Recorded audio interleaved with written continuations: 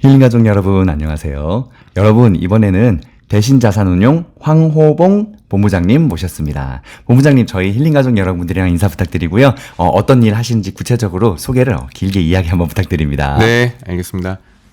안녕하십니까. 저는 대신자산운용에서 글로벌 펀드를 운용하고 있는 황호봉이라고 합니다.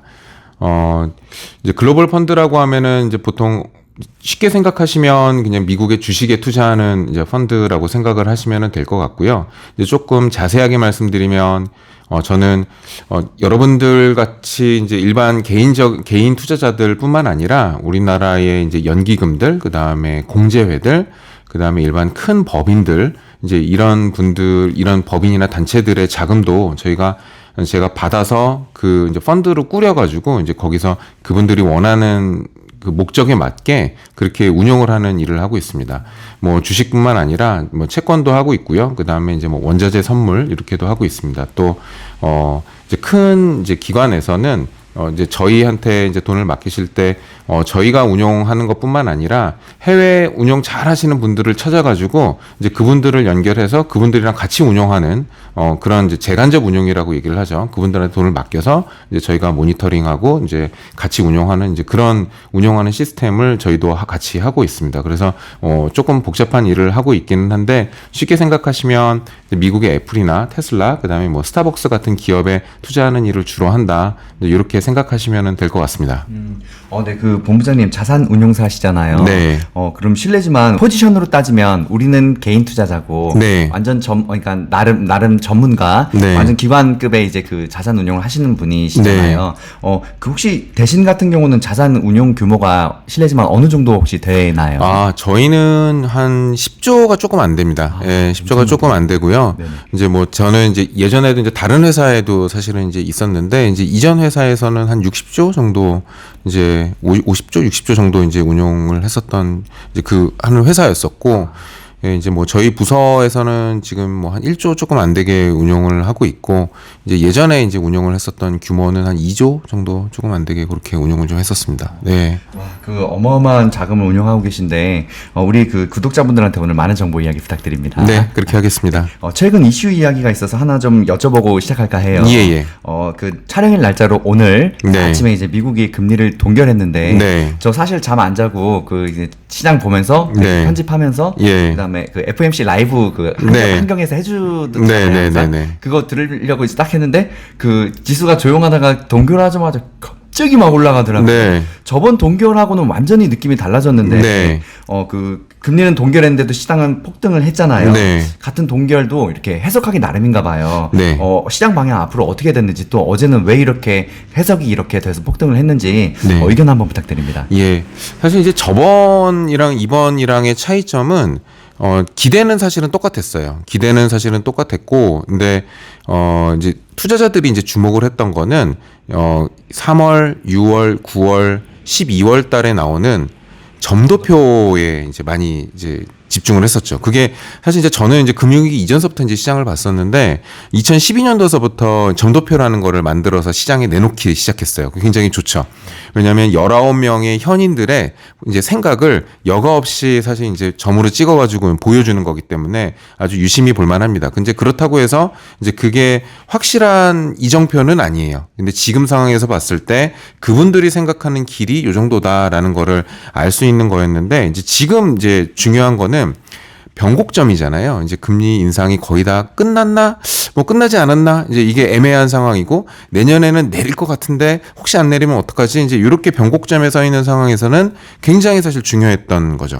그래서 뭐 저번에는 사실은 뭐 그 점도표가 나오고, 그 다음에 그 이후에 또 FOMC를 했을 때 이제 끝나고 나서는 뭐 이제 그리고 나서는 11월 달에 이제 올랐으니까, 이제 9월 달에 끝나고 나서는 시장이 별로 안 좋았던 거는 이제 금리를 사실은 좀 내려주기를 바랬는데 한 2번밖에 안 내린다라고 점도표에 나왔던 거죠. 근데 이번에는 딱 열고 보니까 3번.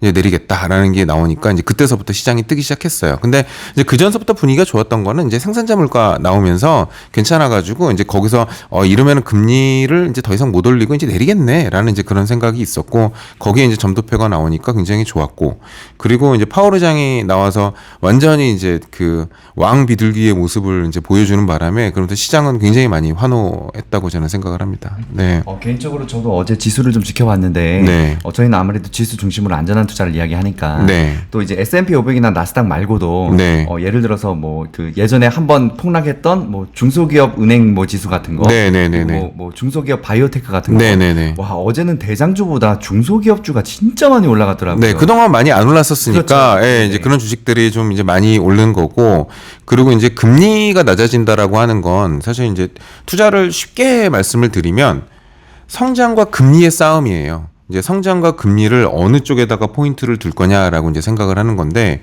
이제 금리라고 얘기를 하는 거는 금리를 분모에 둬야 미래에서 벌 수 있는 수익을 현재로 가져오는 역할을 하잖아요. 쉽게 계산을 한다 그러면 이 금리가 높으면 당연히 목표 주가가 낮을 수밖에 없는 거고 이 금리가 낮으면 목표 주가가 이제 높아지는 거죠. 똑같은 돈을 번다고 하더라도 이제 그렇게 생각을 한다 그러면 이제 금리가 낮아지게 되니까 이런 조그마한 주식들 입장에서는 엄청 좋은 거죠.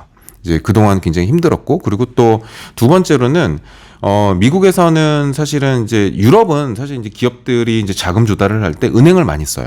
우리나라도 은행에 많이 의존하잖아일 근데 미국은 대부분 시장에서 조달합니다. 그래서 채권 발행을 해서 이제 조달을 하는데 조달을 하는데 작은 기업들일수록 사실은 채권 발행이 잘 안 됐죠. 잘 안 되는데 이렇게 금리를 조금 내려주면서 시장이 조금 좋아진다라고 하면은 그러면 이제 시장에서 이제 자금을 가져오기가 좋으니까 그것도 이제 호재로 작용을 합니다. 그래서 그런 부분에서 지금 중소기업들 그다음에 그동안 좀 못 올랐던 주식들 좀 어저께 좀 많이 오르는 사실은 장이었었죠. 네. 지금 중요한 이야기 또 하나 해주셨는데 그 미국 시장에 대한 성격에 대해서 이야기를 해주셨어요. 네. 그 말씀하신 대로 유럽이나 우리나라 같은 경우는 기업들이 은행에서 먼저 자금 조달을 많이 하는 편인데 네.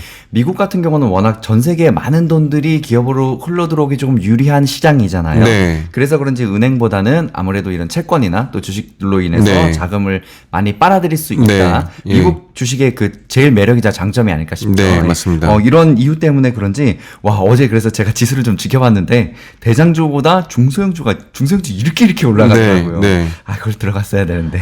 네네. 아무튼 그래서 그 굉장히 재미있는 그 경험을 했고 또 하나는 주목할 부분이 파월 의장이 처음으로 금리 인하에 대한 포인트를 한번 이야기했더라고요. 네, 맞습니다. 우리는 처음으로 금리 인하에 대한 이야기를 시작했다. 네. 물론 내년 빠른 사람은 내년 3월 4월 얘기하는데 그렇게까지는 아닐 것 같고 네. 좀 더 있다 하겠지만 네. 개인적인 의견입니다. 네, 네, 네. 그렇지만 그 파월이 중요한 거는 네. 파월이 처음으로 금리 이야기를 대중 앞에서 기자회견으로 직접 했다는 네. 이야기인데 네. 생각보다 금리 인하가 빨리 올 수도 있지 않을까라는 좀 희망의 회로를 돌리게 돼요. 예. 어떻게 생각하세요? 그러니까 금리를 내린다라는 게 이제 보통 일반 투자자들이 생각을 할 때 침체가 와야지 이제 금리를 내린다 이제 이렇게 생각을 할 수 있는데 금리를 내리는 경로는 두 가지예요.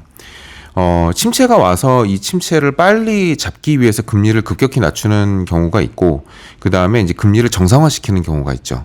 그러니까 굳이 높은 금리를 높게 유지를 해야 될 필요가 없는 거예요. 그러니까 어저께 바로 그 얘기를 한 겁니다. 그래서 이 고금리를 높게 진행한다. 그러니까 하이어 폴 롱고 정책이라는 걸 어저께 또 언급을 했으면 이제 문제가 됐을 텐데, 이제 그게 아니라 이제 이 금리가 높게 유지가 되면 어떤 문제가 일어날지에 대해서 이제 본인들이 인지하고 있다는 이야기를 한 거예요. 그러면 시장에서 완전히 원하는 얘기를 해준 거죠.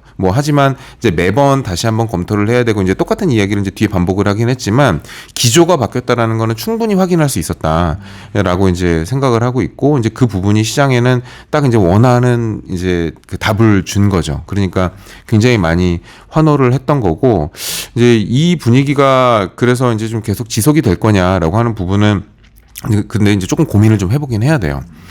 왜냐하면 이제 지금 S&P 500이 이제 4,700이 넘어간 상황이기 때문에 지수 부담이 꽤 있어요. 물론 이제 지금 상황에서 이제 내년의 이익을 다시 좀 평가를 하고 그리고 기업들이 내년에 이제 벌 수 있는 이익들이 조금 더 높게 평가가 된다 그러면 뭐 PER을 지금 현재에서 이제 내년 PER을 이제 계산을 한다라고 주당 이제 뭐 그 이제 주가 손익 배열을 계산한다고 봤을 때 이제 그거를 한 뭐 이제 20배를 줄 거냐 뭐 19배가 적당하냐 아니다 지금 다시 18배 수준이 된 거다라고 하면은 그러면 이제 여유가 있어질 텐데 이제 그게 아니고 만약에 그 이익이 그렇게 크게 변하지 않은 상태에서 지금 상황이 이제 계속 간다라고 놓고 봤을 때는 이제 그러면 지금 이제 어떤 일이 이제 조금이라도 벌어지게 된다면 주식은 조정을 받을 수도 있어요. 그래서 이제 제가 생각을 하는 건 FOMC 전에도 이제 생각을 했지만 만약에 파월 의장이 조금 매파적인 이야기를 해서 12월 달이 마지막 남은 2주 정도에 이제 조금 조정을 살짝이라도 받는다라고 하면 1월 효과를 좀 기대해 볼 수 있겠다라는 생각을 했고 만약에 갑자기 비둘기가 돼서 나타난다 그러면 이거 1, 2월 달에 한 번쯤은 조정이 있을 수 있겠다. 이제 이런 생각을 좀 했습니다. 그래서 지금은 이제 조금 이제 좋긴 하지만 조금 이제 조심해야 될 수도 있겠다라는 생각이 저는 많이 들어요.